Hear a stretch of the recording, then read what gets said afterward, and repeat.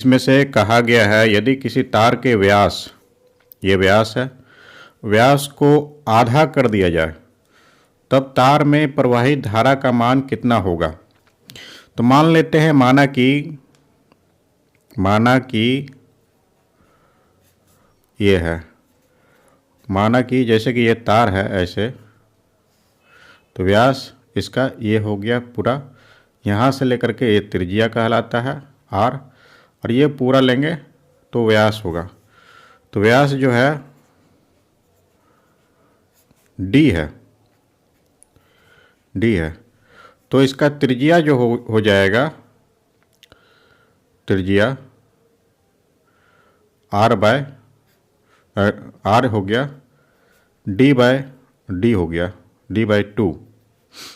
त्रिज्या जो होता है व्यास का आधा होता है, तो इसका क्षेत्रफल जो होता है वो πr² होता है। ए क्षेत्रफल जो होगा वो हो जाएगा πr²। ये फॉर्मूला होता है। आर का वैल्यू जो है d/2 है, तो पाई हो गया और d/2 पर होल स्क्वायर, ऐसे हो जाएगा। कहने का अर्थ हो गया 1/4 पाई d², ये निकला है A1। इसमें से आगे कहा है कि यदि व्यास को आधा कर देंगे तो नए व्यास जो होता है वो हो गया d/2। तो नया त्रिज्या जो होगा, तो इसी प्रकार से नई त्रिज्या जो होगा वो इसका आधा करेंगे d/2 का, तो 1/2 इंटू d/2 ये हो गया। कहने का अर्थ हो गया d/4 निकल गया ये। तो नया क्षेत्रफल जो होगा A2 हम लोग लिख देते हैं, A2 ये होता है πr²। जैसे कि हम लोग जानते हैं वृत्त का जो क्षेत्रफल होता है, आर का वैल्यू जो हो गया वो d/4 हो गया, तो पाई हो गया, यहाँ पर d/4 पर होल स्क्वायर हो जाएगा ऐसे। तो इसको सॉल्व अगर हम लोग करेंगे तो 1/16, 4 का वर्ग 16 होता है, इंटू पाई d² ऐसे हो जाएगा। तो यहाँ पर जो है 1/4 पाई d², कहने का अर्थ हो गया ये जो है क्षेत्रफल जो है पहले का जो क्षेत्रफल है वो है, तो इसको 1/4 इंटू 1/4 पाई d² ऐसे लिख सकते हैं। ये क्या है A1, तो 1/4 इंटू A1 हो गया इस तरह से। तो नया जो क्षेत्रफल जो निकला है हम लोग का A2 जो निकला है, ये पुराने क्षेत्रफल का 1/4 हो गया है। अब कहने का अर्थ हो गया ये। तो क्वेश्चंस में कहा है कि प्रवाहित धारा का मान कितना होगा ये पता करना है। तो इसके आधार पर हम लोग जो है प्रतिरोध प्राप्त करेंगे। तो पहले का जो है जब क्षेत्रफल A1 था उस समय प्रतिरोध क्या था, तो R जो होता है वो हम लोग पढ़े हैं, R प्रतिरोध जो होता है वो समानुपाती होता है, व्युत्क्रमानुपाती होता है 1/A का। ठीक, तो इसमें से R1 जो होगा, R1 ये समानुपाती होगा 1/A1 का, ये हो गया। इसको समीकरण 1 मान सकते हैं हम लोग। आगे जो है इसमें इसी प्रकार से R2 जो होता है वो समानुपाती होगा 1/A2 का, A2। तो A2 क्या है, A2 जो है 1/4 A1 है, तो A2 की जगह पर हम लोग यहाँ पर लिख सकते हैं A2 का वैल्यू है 1/4 A1, ऐसा लिखा जा सकता है। तो ये क्रॉस मल्टीप्लिकेशन हो करके 4 ऊपर चला जाएगा, ये हो गया 4/A1 ऐसा हो गया। तो यहाँ पर हम सभी R1 का वैल्यू प्राप्त कर चुके हैं। R1 जो है 1/A1 है, और हम लोग जानते हैं धारा जो होता है I1, इससे अगर हम लोग निकालना चाहें तो ये होता है 1/R1, ऐसे लिखा जा सकता है। हालांकि सूत्र जो होता है वो भी इक्वल टू IR होता है, इस तरह से। तो इससे हम लोग I का वैल्यू अगर निकालना चाहें तो ये हो जाएगा V/R, ऐसे होगा।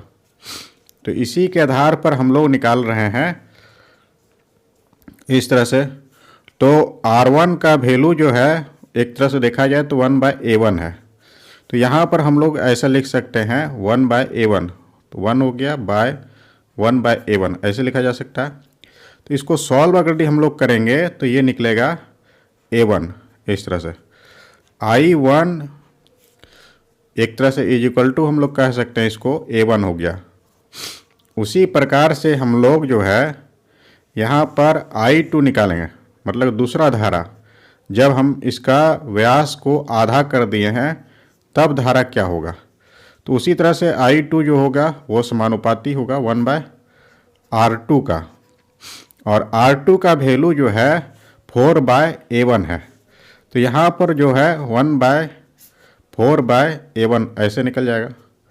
तो ये सॉल्व करेंगे तो A1/4 निकलेगा I2 का वैल्यू, इस तरह से हो गया। तो हम सभी यहाँ पर देख रहे हैं I1 जो है वो A1 है के बराबर है, मतलब कि ये पहले का धारा जो है वो क्षेत्रफल का समानुपाती था। अब जो है धारा जो है, नई धारा जो हो गया पहले के धारा का 1/4 हो गया। तो कह सकते हैं हम लोग नई धारा जो होगा, नई धारा यहाँ पर जो है हम लोग ऐसे भी लिख सकते हैं I2 इक्वल टू A1 का वैल्यू है I1, 1/4 कर देते हैं इंटू I1, ऐसे लिख देते हैं। तो नई धारा जो है वो 1/4, ये पहले का धारा हो गया। तो पहले के धारा का 1/4 हो जाएगा, कहने का अर्थ हो गया ये 1/4। यदि हम लोग व्यास को आधा कर देंगे तो धारा का मान 1/4 हो जाएगा। इसी प्रकार से अगला क्वेश्चंस में जब तार की लंबाई दोगुनी हो जाती है तो एमीटर का रीडिंग क्या होगा, या फिर कम हो जाता है। एमीटर कहने का अर्थ हो गया कि धारा का मान हमको प्राप्त करना है। तो जैसे कि तार की लंबाई दोगुनी हो गया, तो हम सभी जानते हैं कि प्रतिरोध जो होता है वो तार की लंबाई का समानुपाती होता है, ठीक है। तो प्रतिरोध जब R था, तो जब तार की लंबाई L है तो प्रतिरोध जो है R है। तो इसमें से धारा क्या होगा, धारा जो होता है I इक्वल टू वो होता है V/R, ये हम लोग जानते हैं, ठीक है। तो सपोज मान लेते हैं कि ये दोनों बराबर है एक तरह से, तो R की जगह पर L भी लिखा जा सकता है। अब जो है तार की लंबाई हम लोग दोगुनी कर देते हैं, दोगुनी कर दिए तो दोगुनी कर देंगे तो प्रतिरोध भी दोगुनी हो गया। कहने का अर्थ हो गया ये नया प्रतिरोध हो गया R2। पहले प्रतिरोध जो है वो R1 था, एक तरह से ये कह सकते हैं हम लोग। तो धारा का मान जो होगा क्या होता है, धारा का मान I2 जो होगा वो होता है या फिर 1/R2, इस तरह से हम लोग लिख सकते हैं, या फिर भी। तो यहाँ पर हो गया 1/ एक तरह से R2 का वैल्यू 2R है, इस तरह से 2R। यहाँ पर जो है I1 हम लोग निकालते हैं इससे, तो 1/VR1 ऐसे लिखेंगे। तो यहाँ पर हो गया एक तरह से V/R हम लोग लिख सकते हैं इसको ऐसे, और इसको जो है इससे तुलना करेंगे, यहाँ पर V/R2 हो गया, ये V/R2 हो गया। तो इससे हम लोग तुलना करके देखते हैं। तो V/R को हम लोग I1 लिखते हैं, तो 1/2 लिख देते हैं और ये I1 लिख देते हैं ऐसे। तो नई धारा जो हो गया पहले का धारा का आधा हो जाता है। जब हम लोग तार की लंबाई दोगुनी कर देते हैं तो नई धारा पहले के धारा का आधा हो जाता है। कहने का अर्थ हो कि बी नंबर इसका आंसर होगा। इसमें से तार की त्रिज्या जो है R ये है 0.5 mm। इसको हम लोग मीटर में बदलेंगे। इसमें से कहा है कि त्रिज्या दिया हुआ है, लंबाई 100 मीटर है, प्रतिरोधकता का मान दिया हुआ है, तो तार का प्रतिरोध निकालेंगे। प्रतिरोध का सूत्र हम लोग जानते हैं, R होता है ρL/A। ठीक है, इसी फॉर्मूला में इसको लिखना है। तो R का मान 0.5 mm दिया हुआ, तो 0.5 इंटू 10⁻³ मीटर में कन्वर्ट कर दिए। अब जो है इसका क्षेत्रफल निकालना है। A जो होता है वो होता है πr²। R का मान दिया हुआ है, पाई हो गया, ये हो गया 0.5 इंटू 10⁻³ इस पर स्क्वायर हो जाएगा। तो कहने का अर्थ हो गया कि पाई हो गया इसका वैल्यू, इस पर स्क्वायर करेंगे, कहने 0.25 ये निकलेगा इंटू 10⁻⁻6 इतना मीटर स्क्वायर हो जाएगा। ये क्षेत्रफल निकला। और लंबाई दिया हुआ है L जो है 100 मीटर, प्रतिरोधकता का मान दिया हुआ है। फॉर्मूला में हम लोग इसको रख देंगे, पुट कर देंगे। R जो है ये हो जाएगा रो का वैल्यू 2.5 इंटू 10⁻⁻8 और L का वैल्यू 100 मीटर दिया हुआ है, गुना 100 कर देते हैं बाय। A का वैल्यू जो है यहाँ पर निकला है पाई इंटू 0.25 इंटू 10⁻⁻6 ये हो जाएगा। और R का यूनिट जो होता है वो होता है ओम। ठीक है, प्रतिरोध का मात्रक। तो यहाँ पर सॉल्व करना है। तो जैसे कि ई दशमलव को हटाएंगे तो ऊपर हो जाएगा 100 ऐसे, और ये दशमलव को अगर हटाएंगे तो नीचे हो जाएगा 10 ऐसे निकलेगा, और ये 25 और ये 25 दोनों कैंसिल हो जाएगा। अब जो है यहाँ पर देख रहे हैं कि ये दोनों को सॉल्व करेंगे तो घात को जोड़ना पड़ता है। -6 + 1 10 पर घात -5 हो जाएगा। यहाँ पर दोनों मिला करके 10 पर पावर 4 हो जाएगा। तो यहाँ पर घात को हम लोग जोड़ेंगे इस तरह से 10 पर पावर -8 और प्लस 4 कर देंगे ऐसे।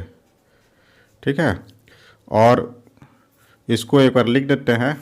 ये पाई भी है यहाँ पर, पाई इंटू 10 पर घात -5 हो जाएगा। इस दोनों को सॉल्व करेंगे तो यहाँ पर -4 हो जाएगा, इतना ओम निकलेगा। तो 10 पर घात जो हो गया -4, और ये भागा में है तो पावर को घटाना पड़ेगा, -5 कर देंगे बाय पाई, इतना ओम निकलेगा। तो सॉल्व करेंगे, 10 पर घात हो गया -4 और +5 बाय पाई ओम। सॉल्व करने पर ये निकलेगा, सॉल्व पर निकलेगा 10 बाय पाई ओम। तो प्रतिरोध जो है 10 पर पावर 10 बाय पाई ओम निकला है। प्रतिरोध 10 बाय पाई ओम निकला है इस तरह से। इस क्वेश्चन में 6 वोल्ट बैटरी से गुजरने वाले 1 कूलम आवेश को कितनी ऊर्जा दी जाती है, ऊर्जा का मान हमको प्राप्त करना है। बैटरी का विभवांतर जो है V ये 6 वोल्ट दिया हुआ है। ठीक है, और आवेश जो है Q ये 1 कूलम है। तो हम सभी फॉर्मूला पढ़े हैं विभवांतर का कि जब एक कूलम आवेश को एक बिंदु से दूसरे बिंदु तक ले जाने में 1 जूल कार्य किया जाता है तो उसका विभवांतर जो होता है 1 वोल्ट होता है। कहने का अर्थ हो कि V=W/Q हम लोग फार्मूला पढ़े हैं, ये वाला फार्मूला। तो इससे जो है हम W का मान अगर निकालना चाहें तो W जो है वो होता है VQ ऐसे। तो V का वैल्यू है 6 और Q का वैल्यू है 1, ये जूल हो जाएगा। कहने का अर्थ हो गया 6 जूल। 6 जूल की ऊर्जा दी जाती है, 6 जूल। इस क्वेश्चन में किसी धातु के 1 मीटर लंबा तार है और 20 डिग्री सेंटीग्रेड पर वैद्युत प्रतिरोध R का वैल्यू 26 ओम है। यदि तार का व्यास जो है 0.3 mm है तो इस ताप पर धातु की वैद्युत प्रतिरोधकता का मान निकालना है। L जो है L ये है 1 मीटर। इसके बाद जो है वैद्युत प्रतिरोध जो है R इक्वल टू हो गया वो है 26 ओम और D जो है इसका व्यास जो है वो है 0.3 mm। इसको हम लोग बदलेंगे मीटर में, 0.3 × 10⁻³ मीटर हो गया। तो इससे जो है त्रिज्या जो है त्रिज्या R इक्वल टू हो गया 0.3/2 × 10⁻³ मीटर। कहने का अर्थ हो गया इसको हम लोग 1.5 भी लिख सकते हैं, 0.15 ऐसे × 10⁻³ मीटर हो जाएगा। तो इसमें से हम लोग वैद्युत प्रतिरोध का मान पूछा है, रो का वैल्यू निकालेंगे। तो हम सभी R का फॉर्मूला जानते हैं, R इक्वल टू होता है रो L/A, ये होता है। इसी से हम लोग प्रतिरोधकता का फॉर्मूला निकालेंगे, रो का वैल्यू क्रॉस मल्टीप्लिकेशन कर देंगे R × A/L ऐसे हो जाएगा। तो इसमें से R का वैल्यू जो है वो 26 ओम दिया हुआ है, तो यहाँ पर लिख देंगे 26। रो इक्वल टू हो गया 26 × A का वैल्यू जो है नहीं निकाले हैं, A का वैल्यू निकालना होगा। यहाँ पर R का वैल्यू हमको पता चल गया है इतना, तो इससे जो है A का वैल्यू निकालते हैं। A का वैल्यू वो होता है πr², ऐसे पाई का वैल्यू जो है पाई ही रहने देते हैं या फिर 22/7 ले लेते हैं, 22/7 हो गया। और R का वैल्यू जो निकला है वो है ये 0.15 × 10⁻³ पर होल स्क्वायर करना है, ये हो जाता है। तो यहाँ पर जो है हमको A का वैल्यू रखना है, A का वैल्यू यही होता है। तो 22/7 लिख देते हैं,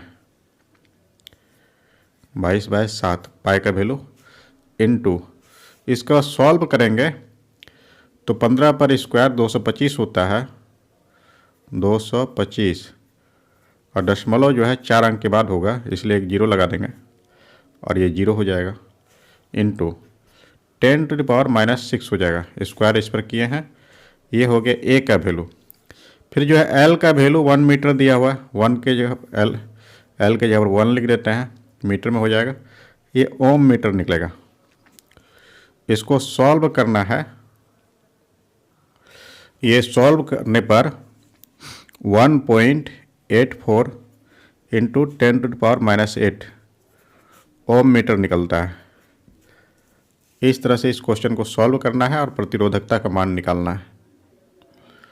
इसमें से कहा है कि किसी तांबे के तार का व्यास दिया हुआ है 0.5 mm, तो D इक्वल टू ये हो जाएगा 0.5 mm।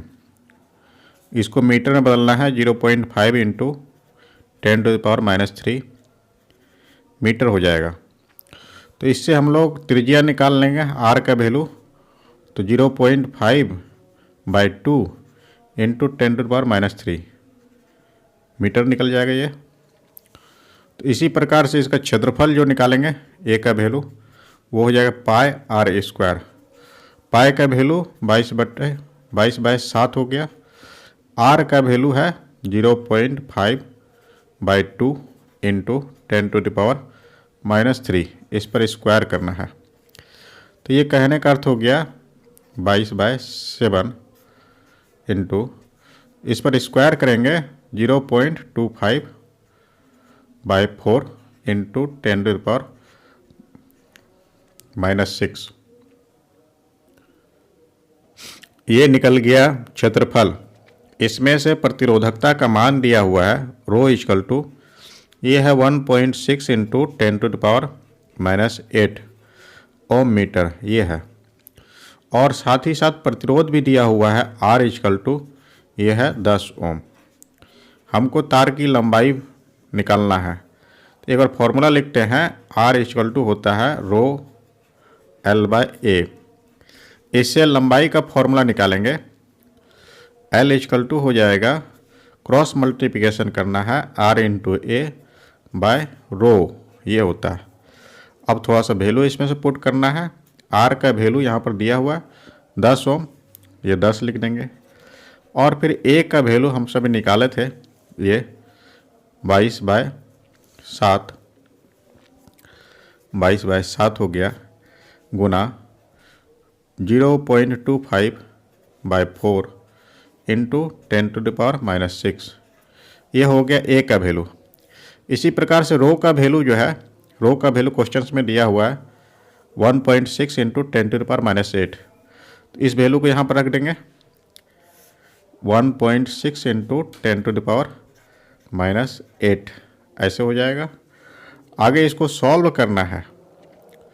सॉल्व करने के लिए इस डेसिमल को हटा देते हैं, गुना हो जाएगा, यहाँ पर 100 लिख सकते हैं ऐसे।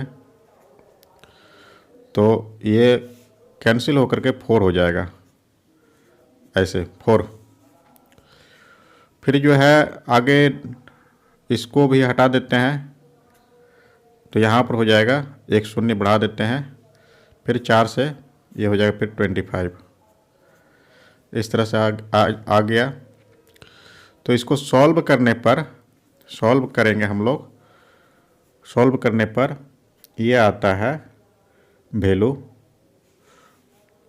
122.60 मीटर, ये वैल्यू आता है सॉल्व करने पर।